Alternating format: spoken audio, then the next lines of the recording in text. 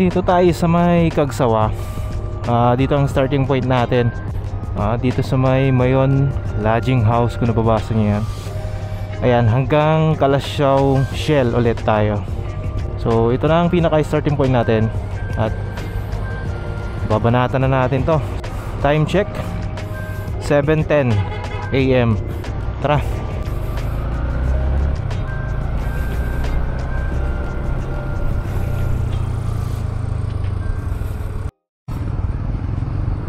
Ang aga namang lubak to. Ang agang traffic. Ay nako, kinubatan pa lang traffic na. Okay, tuloy-tuloy tayo.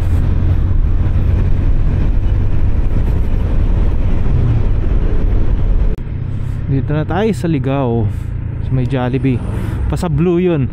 Ito yung papuntang Tabaco, itong kalsada na to.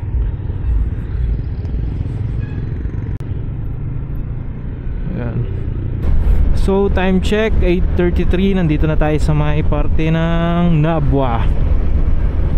So binapadaan ako ng Google Map dito sa may Barangay Road. Malapit na dito. Ayan, naliligo na dyan bago maggasolinahan. Eto, nakadaan na ako dito dati. At ang alam ko, mabilis dito kasi tawag dito, hindi ka nadadaan ng bayan. Yan. Iiwasan mo na ang tatlong bayan dyan sa may tatlo, apat hanggang 5. Ang labas ko na dito is San Fernando. So lalagpasan ko ng Naga at Milaor.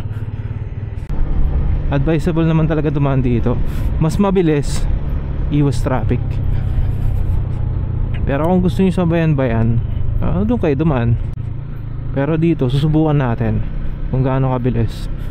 Kasi kahit anong ko sa Google Map, talagang dito niya ako pinapadaan. Kasi nga sobrang traffic sa mga parteng Naga, Pili at Naga. So ito na yon. Ito na. O diba ang luwag? O, ito yung highway. Ito yung Panabwa, bayan ng Nabwa. Ito pala kaliwa, papunta na ng San Fernando. So kung ayaw mo matraffic dyan sa mga bayan na yan, pwede ka dito dumaan. Maganda naman ang kalsada. So hindi ko alam kung ilang kilometro to, pero ipipin ko na lang sa video yung papasukan nyo para may idea kayo. Ganda ng kalsada dito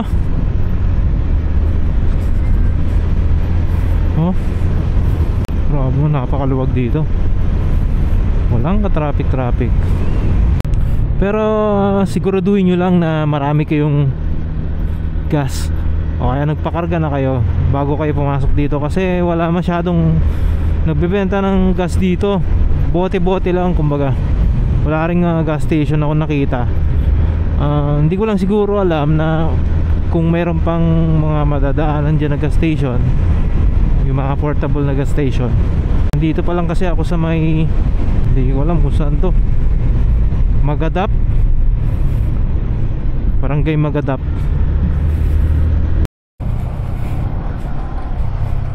So ito na, palabas na tayo ng highway. Ayan. O diba, ito na yung National Highway. Dito na tayo. So yung kalsadang yon, advisable siya sa umaga. Sa araw kayo dumaan doon. Hindi ko lang alam kasi kung masyadong madilim doon pag gabi. Pero para sa akin okay yung kalsadang yon. Ito na, nag-umpisa na. So hanggat maaari minor lang kayo dito kasi sobrang dami ng lubak. Mas malala ang lubak dyan sa kabila. Nako, kung pwede lang dumaan na kami dyan sa may mga buhangin na yan. Ganun din naman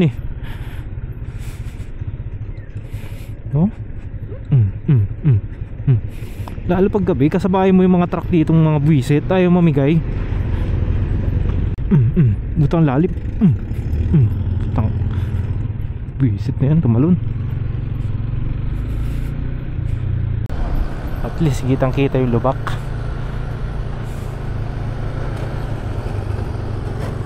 Sige. Talon-talon ka dyan. Okay, pero mukhang taga dito yung mga yan. Sa lupi pa lang itong lubak ha. Wala pa sa Ragay. Masubukan. Masisira ang buhay mo. Op. Yan na. One way na naman.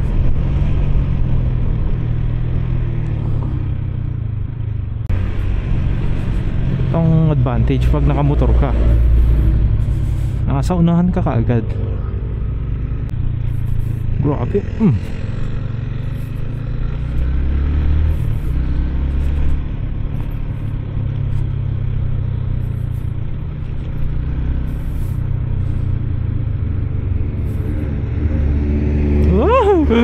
Ayaw magbigay. Walang iya kayo. Tikpa ako dun ah. Abante. Lalim mo. Kaya naman. Grabe ang haba nito no. Kung nag-stay ako dun, ako baka hanggang dun pa, baka 30 minutes na naman ako dun. Ingat lang kasi may mga visit na truck na ayaw magbigay. Nakalagpas. Okay, clear na ulit. Bakbakan na. Minor muna. Baka may trader na butas.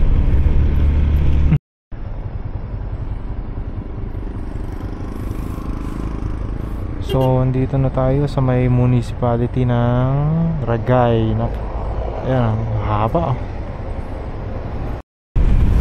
Okay, nandito na tayo sa Tagkaw. Ayan, dito na tayo kakain. Napakagod dun ah. Pero masaya. Medyo malabak lang. Ayan. Oops, huwag kang tatawid pre. Masyado ka ng mga aso eh.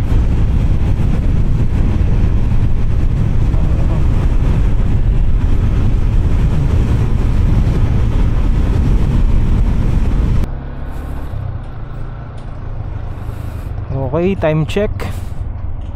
It's 12:33. Pahinga lang ako ng konti. Hindi na ako kumain, mamaya na lang. Mag-gas na lang muna tayo. Ito, pangalawang gas natin ngayon. Kasi para tuloy-tuloy na ang biyahe. Dito pa rin ako sa Tagkawayan. At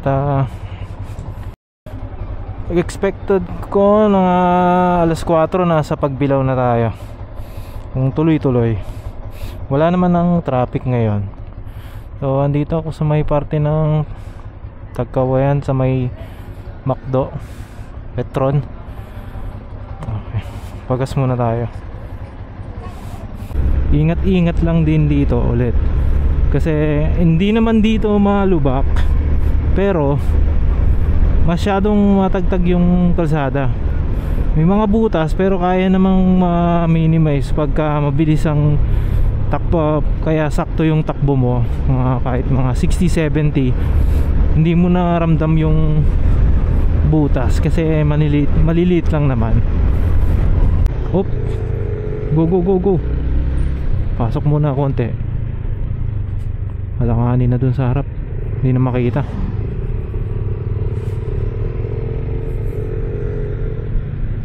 May truck. Mayayari ka dyan. Ako, hindi pwede mag-stop yung nasa yung truck sa harap.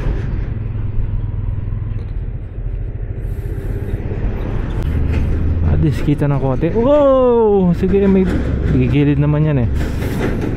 Pagbigyan mo na. Patigil si tropa oh. Larga na ulit. Palag na. Sige.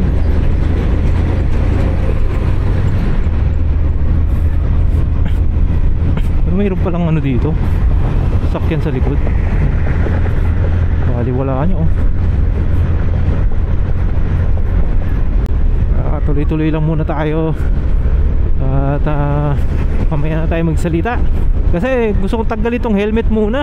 Gusto kong tanggalin tong camera kasi mabigat. Nangangalay yung likod ko. Nangangalay yung balikat.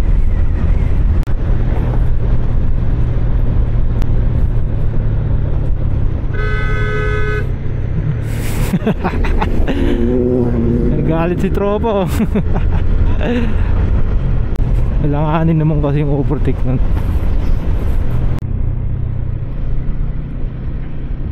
Time check 1:16 here at Tabugon. Nandito na ngayon tayo sa Tabugon, Camarines Norte. Pasok na tayo ng highway ng Calawag.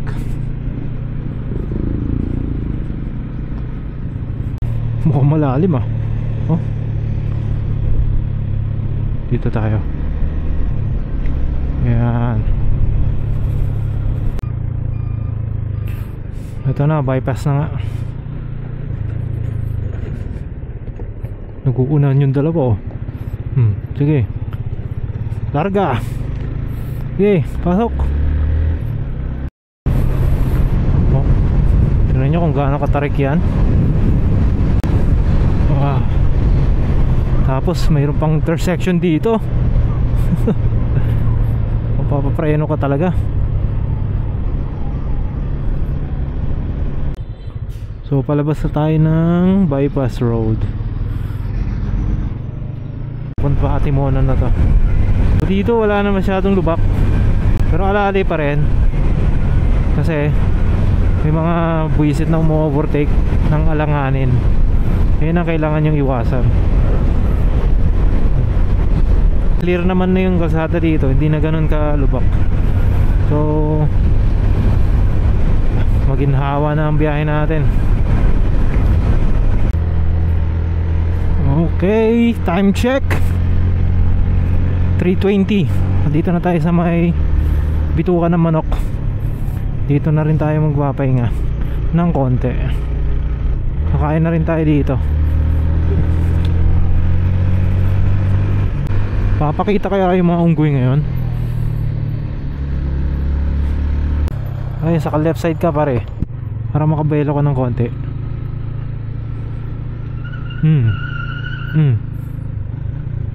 Dudulas talaga yan. Nakataas yung isa eh. Ito pala sila, nagpakita na. Hanap ako ng hanap sa inyo. Andito lang pala kayo. Dami nila oh.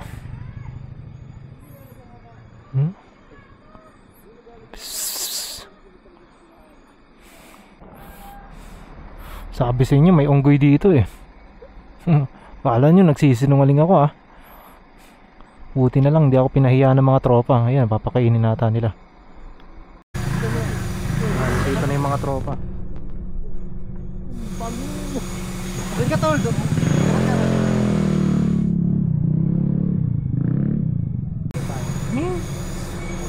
Ay, lumapit na ito ah.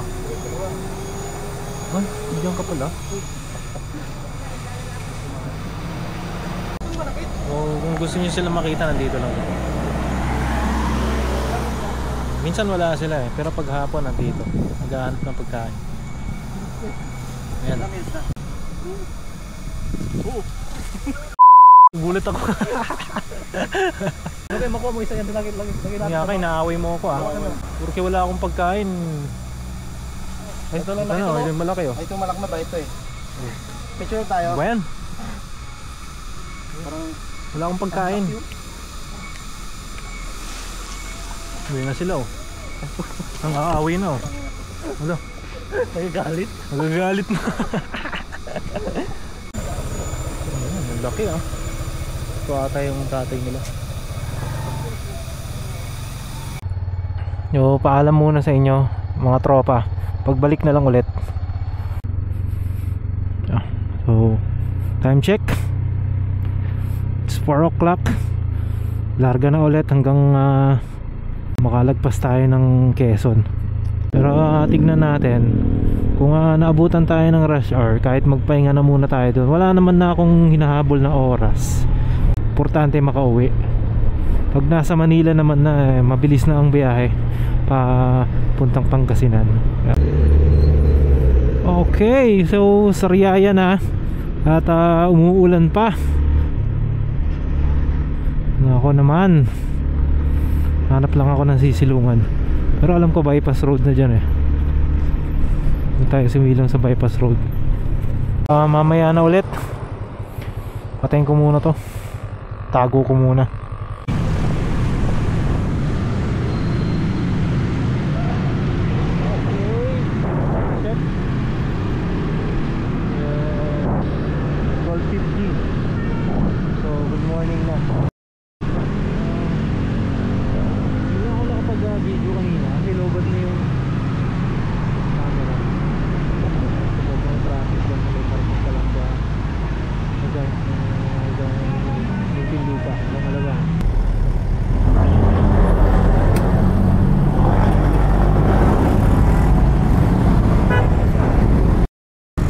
So mukhang marami tayong makakasabay sa biyahe.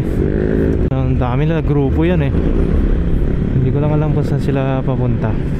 Pero kahit pa paano, na-experience na din natin yung ganitong rides.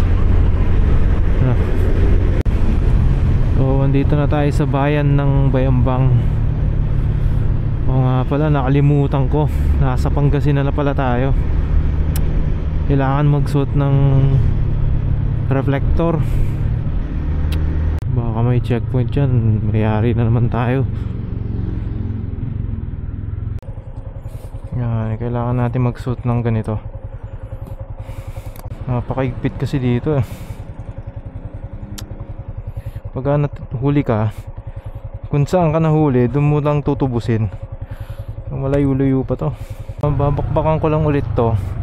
So, mamaya na lang pagka nasa finish line. Okay, time check 4:39. We are here. Malapit na tayo sa finish line. Saan lang natin yung finish line natin. Nakakaramdam na ako ng antok nung malapit na. Ayan na yung finish line. Nakakaginhawa pala pag nakarating ka na sa destination mo. Yan.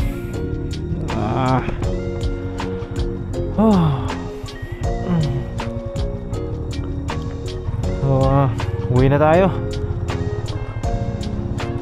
Ito na lang ulit ako mag-ano sa bahay. Pinuntahan ko lang yung finish line. Gusto ko lang makita. At gusto papakita lang din sa inyo. Kasi siyempre parang walang daya, di ba?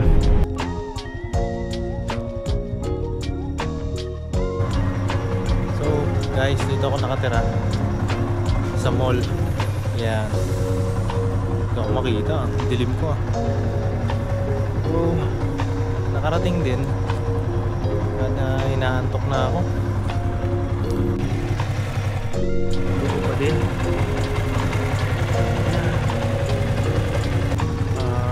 Shocks niya, wala namang tagas, kaya goods naman. Marami lang talaga. Hindi ko alam kung mauulit pa to. Kung tatanungin nyo ako kung uulitin ko pa to, siguro uulitin ko, pero ibang motor naman. Mas gusto ko yung big bike kasi sobrang traffic sa may parting Calamba, sa service road hanggang Alabang. Masakit sa ulo yung traffic doon. Hindi na ako nag-video kaya mai-stress lang din kayo. Kaya nahatok na rin. So samahan nyo na lang din ako matulog. Follow and subscribe na lang kayo para sa inyong suporta. At sana huwag kayong magsawa.